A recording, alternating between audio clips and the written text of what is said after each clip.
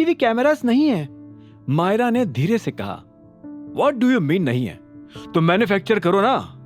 अभिनव ने नोटिस किया कि मायरा के होठों पर एक और प्रॉब्लम रेडी थी। सर, फंड्स नहीं है ना, हमें तुरंत ही लोन के लिए अप्लाई कर देना चाहिए, क्योंकि अगर ये क्लाइंट भी हाथ से गया तो कंपनी भी जाएगी। मायरा के मन में जो सच दबा था वो उसने हिचकिचाते हुए कह डाला। रिपोर्ट्स को देखने के बाद अभिनव को भी कंपनी की ये बुरी हालत पता हो गई थी, लेकिन लोन का नाम सुनते ही उसे काफी अजीब लगा। लोन के लिए क्यों अप्लाई करना है? मैं हैंडल कर लूंगा।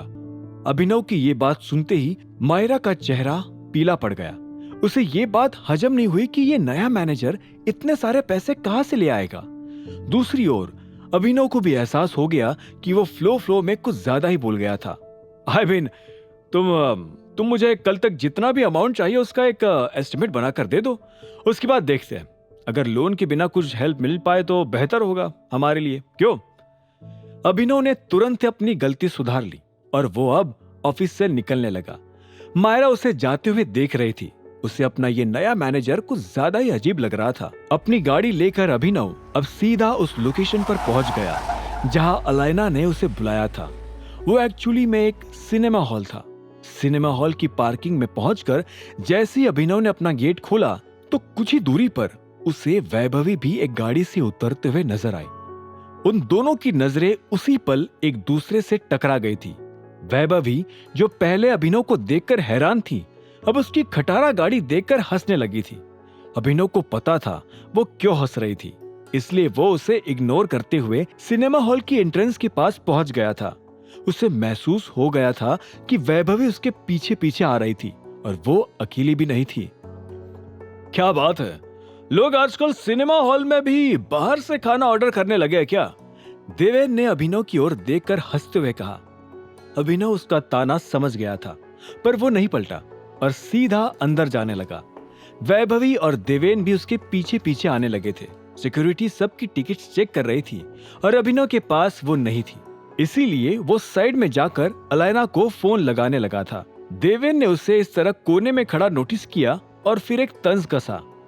टिकट काउंटर तो पीछे रह गया दोस्त। हाय अभिनव, काफी टाइम हो गया मिले हुए, नहीं? देवेन के हाथों में हाथ डाले वैभवी ने अभिनव को चिढ़ाते हुए कहा। काफी टाइम वैभवी। अभिनव ने एक सेकंड के लिए वैभवी की ओर देखा और फिर अपनी नजरें फोन की ओर घुमा ली। अलाइना फोन नहीं उठा रही थी, इसलिए अभिनव अब उसे मैसेज कर रहा था। वैसे तुम्हारी लाइफ कैसी चल रही है अनन्या सिंह के साथ शादी करके? वैभवी ने फिर से सवाल किया। अच्छी होगी डार्लिंग, देवेन ने बीच में कहा। फिलहाल अनन्या ही तो इसे पाल रही है, हैं? ये सूट भी उसी ने गिफ्ट किया होगा। क्यों? बस इस बेचारे को आज टिकट खरीदने की पॉकेट मनी देना भूल गई। अभिनव ने देवेन की आंखों में देखकर गहरी आवाज से कहा, यह सूट मैंने अपने पैसों से खरीदा है, ठीक है? खरीद लिया होगा देवेन, अकरम सर के यहाँ जॉब करता है वो। I mean, करता था, अब तो निकाल दिया इसको नौकरी से। वैभवी ने ताना मारा। अभिनव ये सुनकर एक पल के लिए हैरान हो गया। उसे समझ नहीं आ रहा था कि आखिर सभी लोगों को उसकी नौकरी छूट जाने के बारे में इतनी जल्दी कैसे पता लग रहा था। इसी वक्त उसे अलाइना का मैसेज आ गया। ट्रैफिक में फंसे होने की वजह से उसे अभी आने में थोड़ा वक्त लगने वाला था। चलो डार्लिंग, हमारे शो का टाइम हो गया है, देवेन ने घड़ी देखते हुए कहा। हाँ, पर हमारे टिकट्स? वैभवी ने पूछा। उसकी जरूरत नहीं है, पूरा हॉल बुक कर लिया है मैंने। हम दोनों के अलावा कोई नहीं होगा शो में। देवेन ने मुस्कुराते हुए वैभवी की ओर देखकर कहा, फिर अपनी नजरें उठाकर अभिनव को देखा। सुन भाई अभिनव, इस वाले शो की तो फुल बुकिंग मैंने कर ली है, तो अच्छा होगा कि तू घर ही चला जा। पूछा किसी ने? हाँ, एक बात याद रख देवेन, आज जो ये लड़की मेरे साथ कर रही है ना, कल तेरे साथ भी करेगी। इस पर पैसा बर्बाद करना बंद कर दे। अभिनव ने देवेन पर चढ़ते हुए कहा। देवेन ये सुनकर गुस्सा हो गया। वो आस्तीन चढ़ाकर अभिनव की कॉलर पकड़ने ही वाला था कि अचानक सूट पहना हुआ एक आदमी उनके पास आ गया। एक्सक्यूज मी, आप लोगों को लड़ाई करनी है तो प्लीज बाहर जाकर करिए, सिनेमा हॉल का माहौल मत बिगाड़िए। उस आदमी ने धीरे से कहा। आप कौन? देवेन ने उसकी ओर देखकर पूछा। मैं सिनेमा हॉल का मालिक लोकेश खन्ना हूं। उस आदमी ने एक फीकी सी मुस्कान के साथ अपना इंट्रोडक्शन दिया। देवेन ने अपनी नजर तुरंत ही अभिनव की ओर घुमा ली और उस पर सारा ब्लेम डाल दिया। ये लड़का हमें परेशान कर रहा है, इसके पास टिकट भी नहीं है। अभिनव देवेन की ओर घूरने लगा। उसे परेशान करना उन दोनों ने शुरू करा था, लेकिन अब बात वही पलटा रहा था। सर, टिकट नहीं है तो प्लीज बाहर जाइए, लोकेश ने कड़ी आवाज में अभिनव से कहा, जिससे अभिनव का खून खौल उठा था। सबसे पहली बात तो यह है कि मैं इन्हें परेशान नहीं कर रहा हूं, ये मुझे परेशान कर रहे थे। दूसरा, मैं बिना टिकट नहीं घुस रहा हूं, किसी का वेट कर रहा हूं यहाँ। अभिनव ने देवेन की ओर घूरते हुए कहा। इससे पहले कि लोकेश कुछ बोल पाता, वैभवी बीच में ही बोल पड़ी। तो वेट बाहर जाकर भी हो सकता है ना मिस्टर अभिनव गढ़वाल? एग्जैक्टली। यहाँ अंदर तो ऐसे खड़ा है जैसे इसके बाप का सिनेमा हॉल हो, ऊपर से बदतमीजी अलग कर रहा है। देवेन ने वैभवी की बात में बात मिलाई। अभिनव ने गुस्से से देवेन की कॉलर पकड़ ली। देवेन भी गुस्से में आकर उसका गला पकड़ने ही वाला था कि अचानक लोकेश ने उसे पीछे धक्का देकर अलग कर दिया। सर, ये क्या कर रहे हैं आप? देवेन ने अपने आप को संभालते हुए कहा। मेरे सिनेमा हॉल के आगे लड़ाई नहीं। देवेन को इतना कहकर लोकेश अभिनव की ओर पलट गया। आप ही अभिनव गढ़वाल? जी, अभिनव ने कॉन्फिडेंटली कहा। ये क्या चल रहा है? मैंने पूरा थिएटर बुक किया है इस शो के लिए और यहाँ आकर ऐसा ट्रीटमेंट। देवेन लोकेश के ऊपर भड़क उठा। एक सेकेंड, कौन सा थिएटर? आज तो हमने किसी बाहर के कस्टमर के लिए पूरा थिएटर बुक ही नहीं किया है, लोकेश ने भौहें नीचे करते हुए कहा। अरे, अभी शाम को ही मैंने बुक किया है, ऐसा कैसे? सर, आज ये थिएटर किसी और के लिए ऑलरेडी बुक्ड है, आपसे गलती से बुक हो गया होगा। डोंट वरी, बुकिंग कैंसिल हो जाएगी और अगर आपका पेमेंट डिडक्ट हुआ होगा तो 1 वीक में रिफंड हो जाएगा, कॉम्पेंसेशन के साथ, ठीक है? किसके लिए बुक किया है? हाँ, मैं उसे डबल पैसा दे दूंगा, पर बुकिंग मेरी ही होगी। देवेन को ऐसे चिल्लाते देखकर लोकेश एक पल के लिए फिर से पलटकर उसे देखने लगा। जरूरत नहीं है, किसी और डेट को आ जाइए। उसने अपना चेहरा फिर से अभिनव की ओर घुमा लिया। यह आपने ठीक नहीं किया है। I will see you in the court. बहुत बुरा केस लगाऊंगा तुम्हारे सिनेमा हॉल पर। देवेन गुस्से से उबले जा रहा था। जब लोकेश से सहा नहीं गया तो उसने कहा, चल चल निकल यहां से, वरना यही तेरी पिक्चर बना दूंगा, निकल। ये बात सुनकर देवेन घबरा गया। इधर लोकेश ने अभिनव से पूछा, मिस्टर गढ़वाल, तुम, मेरा मतलब आप नंदिता का वेट कर रहे हैं? लोकेश ने धीरे से पूछा। अभिनव भी उसके मुंह से नंदिता का नाम सुनकर थोड़ा हैरान हो गया था। हाँ, पर आपको कैसे पता? अभिनव के सवाल का जवाब लोकेश ने सिर्फ एक मुस्कान के साथ दिया। सर, प्लीज मेरे साथ आइए। अभिनव थोड़ा कंफ्यूज होकर लोकेश के साथ अंदर जाने लगा। सिक्योरिटी, उस बदतमीज कपल को बाहर निकालो यहां से, लोकेश ने चलते हुए अपने पास खड़े गार्ड को ऑर्डर दिया। लोकेश का ऑर्डर सुनते ही वैभवी और देवेन की आंखें फटी की फटी रह गई और इससे पहले कि गार्ड अपनी जगह से हिल भी पाता, वो दोनों वहां से हड़बड़ी में चले गए। लोकेश भी अब अभिनव को हॉल के अंदर लेकर आ चुका था। अभिनव उस हॉल के चारों ओर देखकर समझ चुका था कि ये जरूर ही उस मूवी थिएटर का सबसे महंगा हॉल था। नंदिता तो यहाँ दिन में ही आने वाली थी मिस्टर गढ़वाल, पता नहीं वो अभी तक आई क्यों नहीं। लोकेश ने डिम लाइट्स ऑन करके अभिनव की ओर देखा, जिसके चेहरे पर एक सवाल तैयार था। आप अलायना के असली नाम को कैसे जानते हो? अभिनव के सवाल खत्म होते ही लोकेश धीरे से नजरें नीचे करके आगे आकर झुक गया। जैसे कि आप, मेरा मतलब है तुम जानते हो टाइगर। आप कौन हो और क्या कहना चाहते हो? अभिनव का सवाल सुनते ही लोकेश एक कदम पीछे हो गया। उसे महसूस हो रहा था कि उसके सामने वाकई टाइगर ही खड़ा था। टाइगर? मुझे उस रात संजय सर को मेरे साथ पार्टी में आने के लिए नहीं बोलना चाहिए था। लोकेश की ये बात सुनकर अभिनव के चेहरे पर शिकन और भी ज्यादा बढ़ चुकी थी। आप पापा को कैसे जानते हो? मैं सब कुछ जानता हूं, लेकिन तुम मुझे कैसे भूल गए? चाचू चाचू कहते थकते नहीं थे बचपन में। लोकेश की बात खत्म होती ही अभिनव शॉक्ड होकर 2 कदम पीछे हो गया। उसके मन में अचानक वो फ्लैशबैक चलने लगा जब वो उसके किसी अंकल के साथ दूसरी गाड़ी में बैठा था और उसके पिता पीछे चल रही तीसरी गाड़ी में आ रहे थे। अगर मैं जिद पर ना हटता तो वो एक्सीडेंट भी नहीं होता। सामने खड़े लोकेश की आंखें नम हो गई थी। अभिनव के मन में अभी भी वो सालों पुराना दृश्य ही चल रहा था जिसमें लोकेश को गोली लगने की वजह से गाड़ी कंट्रोल से बाहर जाकर एक पेड़ से टकरा गई थी और लोकेश तुरंत ही बेहोश हो गया था। अभिनव को भी चोट लग गई थी और उसके सिर से खून निकल रहा था, लेकिन उसे उस वक्त भी अपने पिता की ही चिंता हो रही थी। अब कुछ याद आया टाइगर? लोकेश ने अपने आंसू पोंछते हुए पूछा। और इसी वक्त पुराने हादसे की सोच में खोया हुआ अभिनव भी अपने होश में वापस आया। उसने गहरी सांस ली और धीरे से कहा, हाँ मुझे याद आ गया।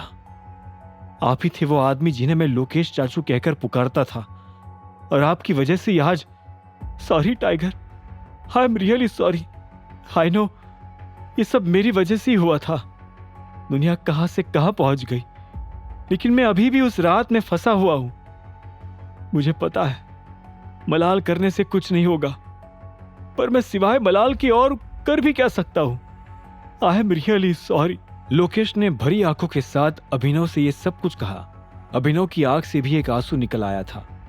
आपने इतने सालों में मुझे एक भी बार ढूंढने की कोशिश क्यों नहीं की? अभिनव ने अपने आप को संभालते हुए पूछा। लोकेश ने कहा, इतने सालों से तुम्हें ढूंढने के लिए दिन रात एक कर डाली थी टाइगर, लेकिन जब कुछ ना हाथ लगा तो ऐसे लगने लगा कि तुम्हारी भी एक्सीडेंट के बाद उस गाड़ी के ब्लास्ट में ही मौत हो गई थी। काश हो जाती, अभिनव ने पलटकर धीरे से कहा। उसके शब्द सुनकर लोकेश फिर से उसके सामने आकर झुक गया। ऐसा मत कहो टाइगर, तुम्हें जो सजा देनी हो मैं तैयार हूं। बस अपने आप को अकेला महसूस मत करो। तुम्हारा ये अंकल आज भी तुम्हारे लिए कुछ भी करने को तैयार है। अभिनव ने लोकेश को झुकते हुए देख फिर से उसे उठाया और उसके कंधे पर हाथ रखते हुए कहा, अगर कुछ भी करने के लिए तैयार है तो इस तरह झुकिए मत। आप मेरे लिए अंकल थे और आज भी हो। अब मुझे यह भी समझ आ गया है कि नंदिता ने यहीं पर मिलने के लिए क्यों बुलाया था। अभिनव ने भी फीकी मुस्कान लाकर कहा, जिस पर लोकेश मुस्कुराकर बोल पड़ा, तुम दोनों बचपन में एक दूसरे के बिना सांस भी नहीं लेते थे। इतने सालों बाद आज अचानक उसने मुझे फोन करके बोला कि टाइगर आ गया है, थिएटर खाली रखना है। मैं भी 1 मिनट के लिए शॉक हो गया था। इसी वक्त थिएटर का गेट अचानक खुल गया।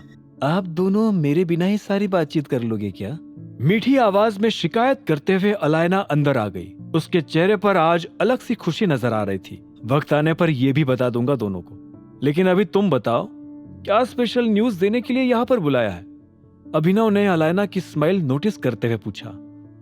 वेल, सबसे पहले तो अंकल से तुम्हारा रीयूनियन करवाना चाहती थी, लेकिन तुम दोनों की बातें सुनकर लगता है कि वो ऑलरेडी हो चुका है। तो अब डायरेक्टली दूसरी बात पर आती हूँ। मोंटी कल सुबह ही वापस आ रहा है। अलायना ने अभिनव और लोकेश के नजदीक आकर कहा। यह खबर सुनते ही अभिनव के हाव भाव रूखे पड़ गए। कल ही आ रहा है? वो तो 1-2 महीनों बाद आने वाला था ना? अभिनव ने भौहें ऊपर करते हुए कहा।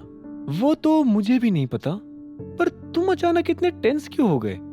तुम्हें तो खुश होना चाहिए। उसके कल ही वापिस आने से तुम्हें भी कल ही सारी कंपनीज के ऊपर अपना हक मिल जाएगा, है ना? अलायना ने नोटिस कर लिया था कि ये खबर सुनकर अभिनव खुश नहीं हुआ था, जिससे वो थोड़ा कंफ्यूज भी हो गई थी।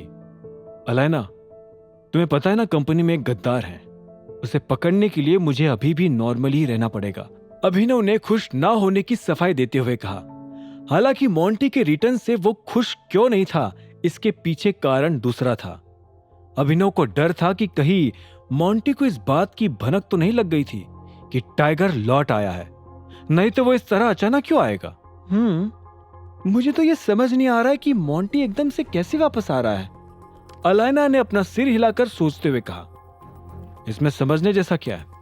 तुम भी जानती हो वो कितना मूडी इंसान है, जब चाहे जहां चाहे चल पड़ता है। अभिनव ने अलायना के दिमाग में आ रहे डाउट को पहले ही क्लियर कर दिया, ताकि उसे बाद में कोई शंका ना हो। तो फिर अब क्या करना है?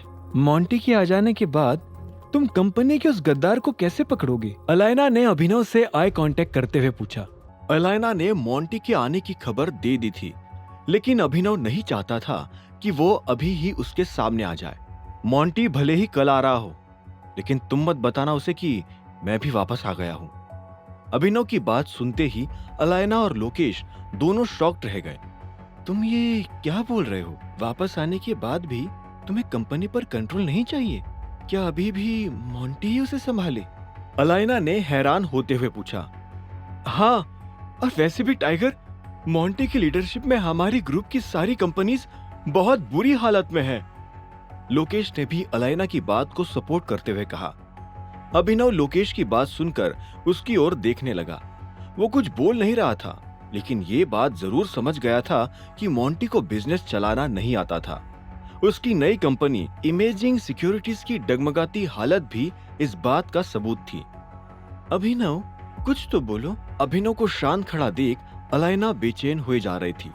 इधर अभिनव अपनी कही बात पर फिर से विचार करने लगा था। एक तरफ उसे अंडरकवर रहकर अपने दुश्मनों से भी निपटना था, तो दूसरी तरफ उसे अपने ग्रुप की सारी कंपनीज के लॉस को भी रोकना था। उसके लिए डिसाइड कर पाना अब काफी मुश्किल हो गया था। लेकिन इसी बीच अभिनव को यह भी महसूस हुआ कि फिलहाल उसे अपने दिमाग को शांत करने की जरूरत थी। अपने पुराने अंकल से मिलना, एक्सीडेंट के बारे में सुनना, मोंटी का वापस आ जाना, इन सभी बातों ने अभिनव के दिमाग को जाम कर दिया था। उसे ठंडे दिमाग से सोचने की जरूरत थी कि अब आगे क्या हो सकता था। टाइगर, अभिनव। अलायना और लोकेश की एक और पुकार के बाद ही अभिनव ने उनकी ओर देखकर अपना मुंह खोला।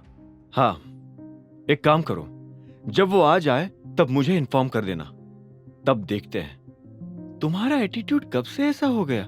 तुम तो एक एक कदम की प्लानिंग करते हुए ही चलते थे ना? अलायना ने पूछा।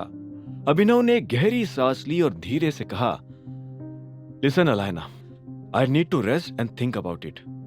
अलायना फिर से कुछ कहना चाहती थी, लेकिन अब उसे समझ आ गया था कि अभिनव को एक ब्रेक की जरूरत थी। लोकेश ने भी यही बात समझकर बीच में कुछ नहीं कहा। वो तीनों अब एक साथ बिना कुछ कहे नजरें नीचे करके खड़े थे। कुछ सेकंड्स बाद ही अभिनव ने उस चुप्पी को तोड़ा। मैं अब निकलता हूं, बाद में मिलते हैं, बाय। लोकेश और अलायना ने धीरे से सिर हिलाकर हामी भरी और फिर अभिनव उस मूवी थिएटर से बाहर निकल आया। उसका दिल भी अभी भारी था और दिमाग पर भी प्रेशर था। ऐसी हालत में वो वापस घर जाकर अनन्या के परिवार की गालियां सुनने की मूड में नहीं था, इसलिए गाड़ी उठाकर अब वो गुड़गांव की सड़कें नापने लगा था। शाम से रात हो आई थी और रात भी अब जल्द ही आधी रात में बदलने वाली थी। गाड़ी में बैठा अभिनव यही सोच रहा था कि वो मोंटी से कैसे निपटे और उसकी सेक्रेटरी रानी को कैसे पकड़े। फिर अचानक सड़क पर चलते हुए उसे एक छोटे से बस स्टॉप के पास दो लोग आपस में झगड़ा करते हुए दिखाई दिए। अभिनव थोड़ा आगे गया तो उसने देखा कि उनमें से एक लड़का था और एक लड़की। होशियार बनती है तू, हाँ? ये जितना भी एटीट्यूड है ना तेरा, सब झाड़ के रख दूंगा यहीं पर। लड़के ने लड़की को पीछे धकेलते हुए चिल्लाया। श्याम, अपनी हद में रह और मुझसे तमीज से बात कर, और अगर तुझे नहीं पता कि लड़कियों से कैसे बात की जाती है तो जा और अपनी माँ को बोल कि वो तुझे बात करने की तमीज सिखाए। लड़की भी उस लड़के से दूर होते हुए उस पर चीखे जा रही थी। वो एरिया थोड़ा सुनसान था, इसलिए दोनों की आवाजें किसी को भी सुनाई नहीं दे रही थी। माँ को क्यों बीच में लाई? उस लड़के ने भड़क कर गुस्से में लड़की का गला पकड़ लिया। अभिनव ये नजारा देखते ही अपनी गाड़ी से उतरकर उन दोनों के पास भाग कर गया। अबे छोड़ उसको। लड़के ने जब पलटकर देखा तो वो अभिनव को देखकर हैरान हो गया। उस लड़की की भी जब सांस में सांस आई तो वो अभिनव को देखकर हैरान हो गई। अभिनव तुम? उस लड़की ने पूछा। चाहत, ये सब क्या हो रहा है? अभिनव ने उसकी तरफ घूरते हुए कहा। फिर उसने उस लड़के को भी देखा। आगे की कहानी जानने के लिए देखें अगला एपिसोड सिर्फ पॉकेट एफएम के यूट्यूब चैनल पर, और द रिटर्न ऑफ टाइगर के सारे एपिसोड्स को सुनने के लिए डिस्क्रिप्शन में दी लिंक से डाउनलोड करें पॉकेट एफएम ऐप।